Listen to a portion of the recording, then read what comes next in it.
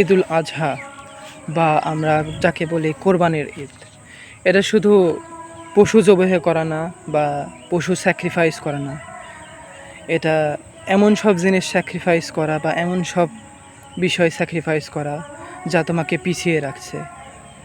সবাই দেখবা যে দেখে ঈদে কে কী পোশাক পরছে, তারপরে ফ্যামিলি ফটোস বা ফুড মানে ইত্যাদি এগুলো তো দেখে, কিন্তু ডিপ ইনসাইড দেখবা অনেকে আছে যারা তার ভয়, তারপরে তার ডিস্ট্রাকশন, ব্যাড হ্যাবিট এগুলো নিয়ে ভাবতেছে বা এগুলো নিয়ে কাজ করতেছে।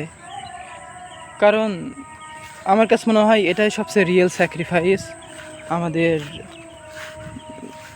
নবী হজরত ইব্রাহিম আলাইহিসসালাম উনি আমাদেরকে শুধু আনুগত্য করতে শেখায়নি, তিনি আমাদেরকে শেখাইছেন কীভাবে বিশ্বাস করতে হবে।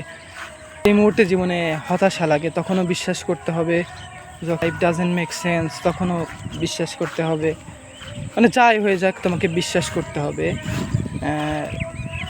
এবং স্যাক্রিফাইস করতে হবে তোমার অতীতকে ভবিষ্যৎ ভালো করার জন্য।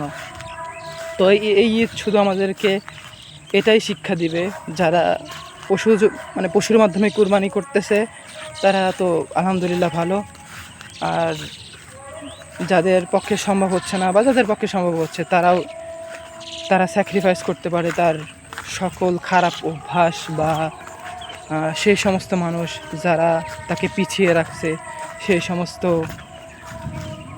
ব্যাড হ্যাবিটস, ডিস্ট্রাকশন, এগুলো স্যাক্রিফাইস করা, নিজের বাবা মায়ের যত্ন নেওয়া, তাদেরকে কাজে হেল্প করা, নামাজ পড়া এবং বিভিন্ন ধরনের ভালো কাজের সাথে কানেক্টেড থাকা। তো তুমি যদি এগুলো মেনটেন করে চলতে পারো, আই থিঙ্ক এটাই তোমার জীবনে পরিবর্তন এনে দেবে। তো ঈদুল আজহা মেইন যে বিষয় আমাদেরকে শিক্ষা দেয় সেটা হচ্ছে স্যাক্রিফাইস করা। জীবনে যদি বড় কিছু হতে চাও বা বড় কিছু করতে চাও, you need to sacrifice yourself, you need to sacrifice something.